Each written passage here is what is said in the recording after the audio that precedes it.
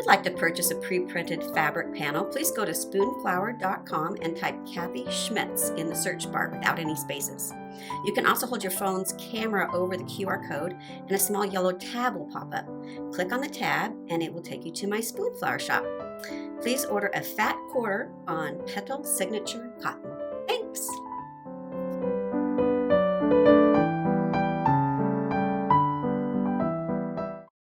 December is here. Welcome to the Stitch Along.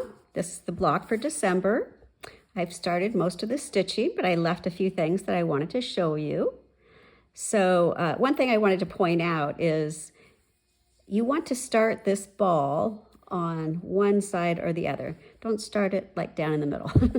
And it's helpful to have enough thread to go all the way around, because then you won't see where you began and end if you have to, stop in the middle. And you'll want your thread color to be consistent. You don't want it to be choppy and go from dark blue to light blue, just, without this gradual transition.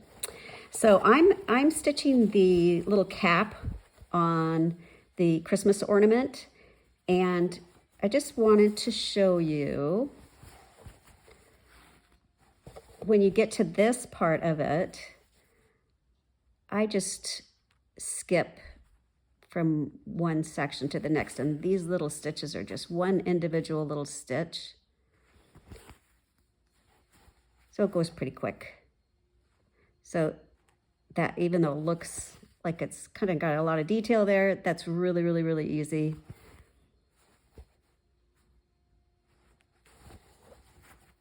And one more. There we go. Okay.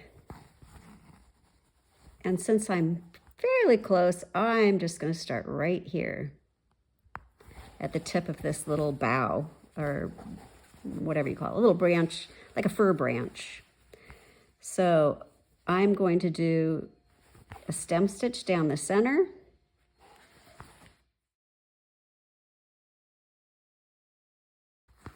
And then we're just going to do the individual stitches on each side.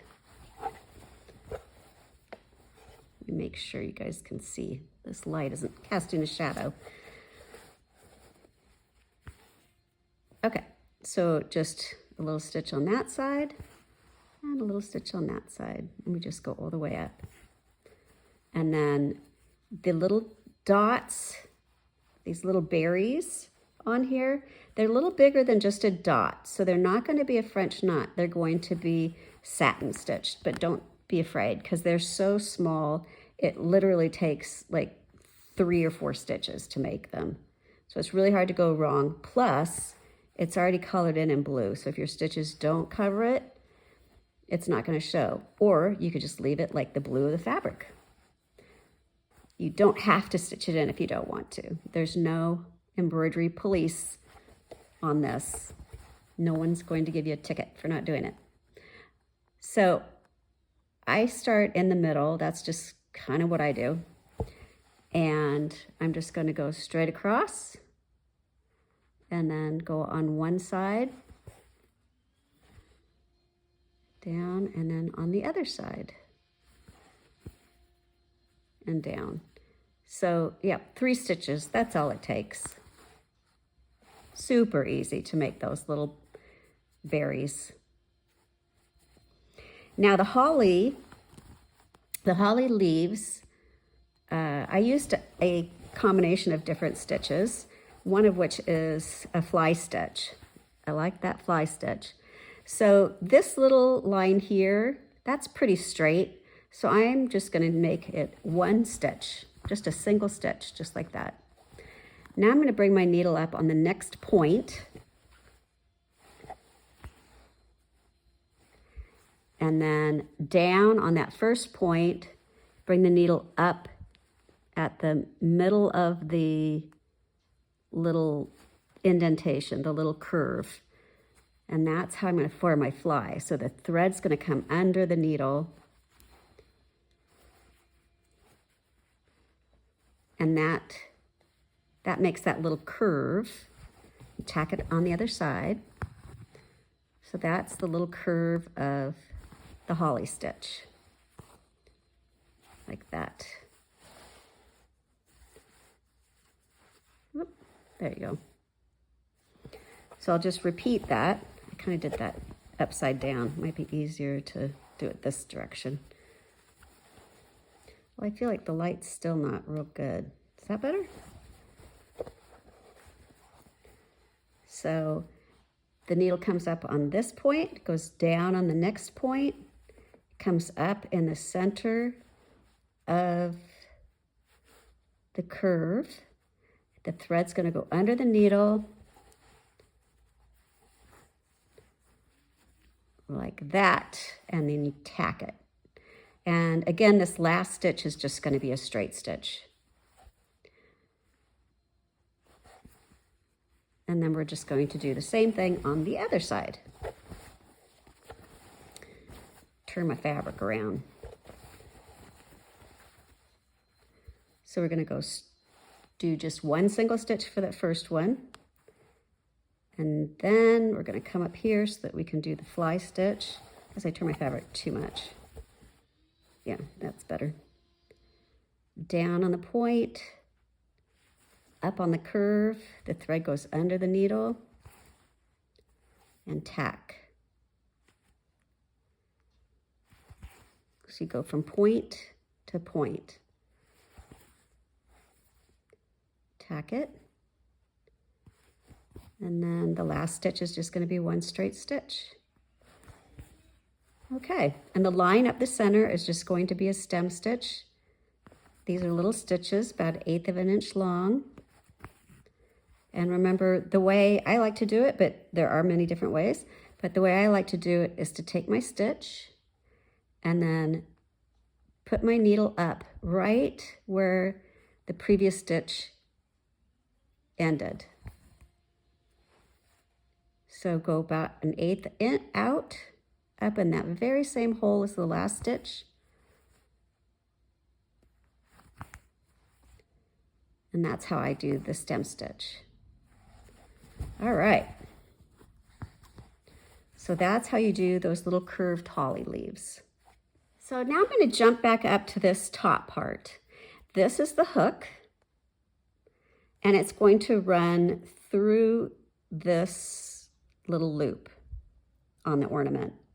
So what I did kind of plan it a little bit in that I wanted them this part and this part to be about the same color and this part to be a different color, just to really emphasize the three different parts, the three different things going on there. So I'm going to do a stem stitch for this little rounded knob, and you're going to carry your thread on the outside of the curve. And then we're going to do just a little finagling to make it look like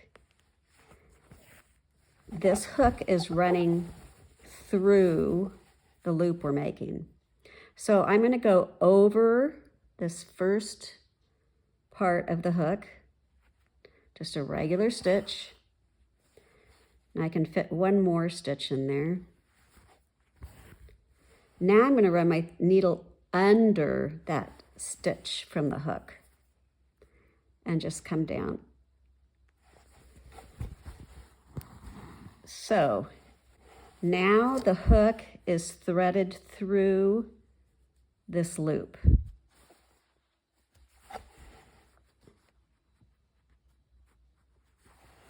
Just in case anybody looks close, you want to make sure that it's hooked in there properly.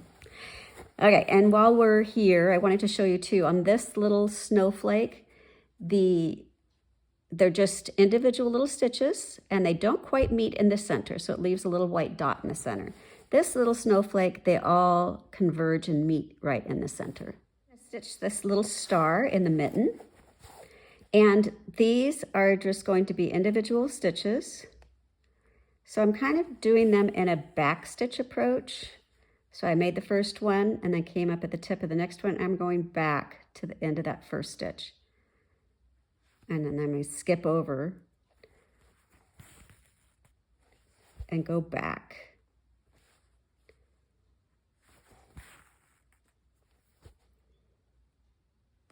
I think sometimes it's easier to bring your needle up where there isn't any thread, like here, as opposed to trying to bring your needle up where there is thread, like this. You can, but sometimes that thread is like falling on the wrong side of the needle, or sometimes you might split that thread. So you can try it if you want, and whatever way works best for you, I say go for it. So this is a chunky little star. And then the rest of his mitten, the decoration is just a stem stitch for the straight line right here. And then just another tiny little running stitch. And that concludes all of the stitches for December. So I'll go ahead and finish up this little project here. Woohoo! There's December. That is a year of stitching. An entire year. Wow. So much fun. Thank you so much for joining me on this project. And now we're going to move ahead and I'll show you how I quilted mine and how I finished it up.